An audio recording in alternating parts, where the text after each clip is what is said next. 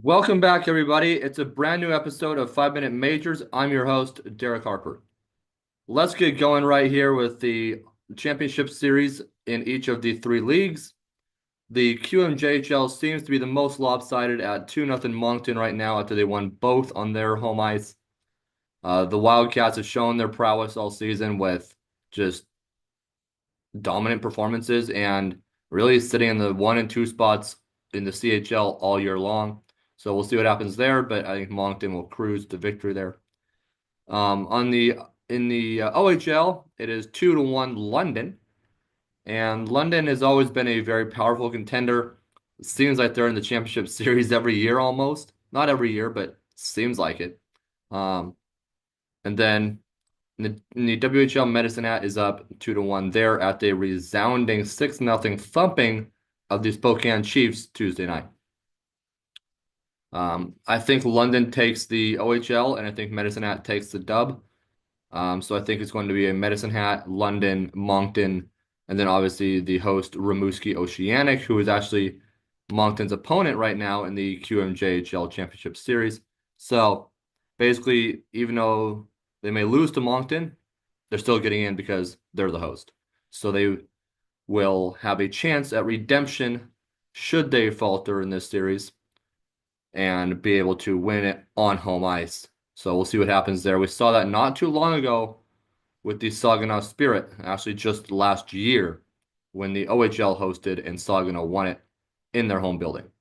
So we'll see what happens there. But I do think Gavin McKenna, Tanner Molendijk, and this week's WHL goaltender of the week, Harrison Menigan, will have a say in that. I think they're going to put up a very solid fight at the Memorial Cup. I think Spokane series goes 5 or 6. We'll see. There's at least one more game in Spokane, but right now it's a 2-3-2 series for that. So 2 games in Medicine Hat, 3 in Spokane, and then, if necessary, 2 more games back in Medicine Hat. Right now it's a 2-1 lead for the Tigers. So we'll see if the Chiefs have any strength left in them, but they do have a couple powerful players this week's WHL Rookie of the Week, Mathis Preston. He had 2 points in the first 2 games of the series with a goal and an assist. And then Berkeley Catton, this week's WHL Player of the Week. Catton led all WHL skaters with 3 goals and an assist for 4 points in the first 2 games of the championship series against Medicine Hat. And on the other end of the matchup, Medicine Hat goaltender Harrison Menigan, WHL goaltender of the week, obviously. And once again, he just keeps racking up that honor. It just seems like nobody's stopping him.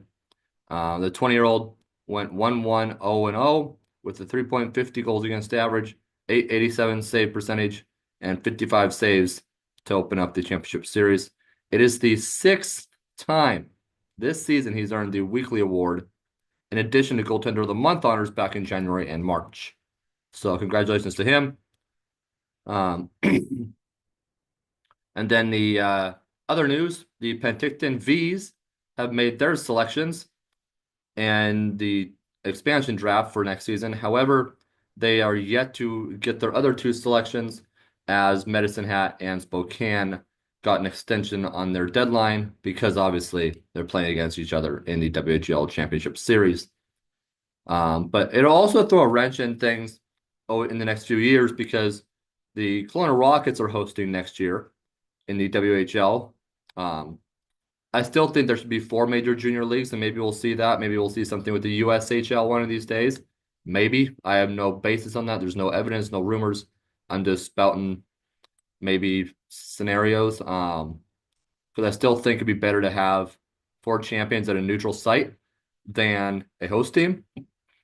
But we'll see what happens there.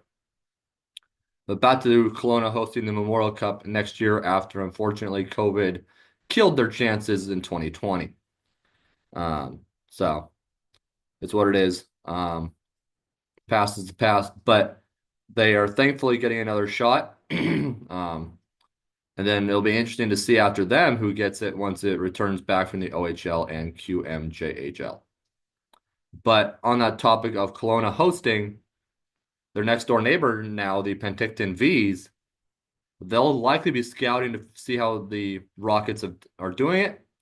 Um, and I would assume that they will almost certainly put in a bid. It should be noted that the Canucks have hosted a Young Stars tournament there. Like, I don't know if it was really a tournament, but they host a Young Stars Classic there with a few other teams, Oilers, Flames, kind of all the young prospects, young players taking part in that every year. So they're no stranger to sort of big events.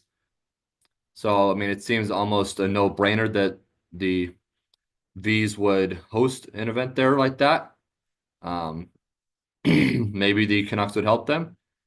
The other thing is, the rumor is for the following season when Chilliwack comes into the league that Francesco Aquilini, who is seemingly apparently open to selling his shares of the Canucks, wants to buy a WHL franchise in Chilliwack. We'll see what comes of that. May all be smoke and no fire there, but there is that to note as well. I'm Derek Harper, and I'll see you in the next episode.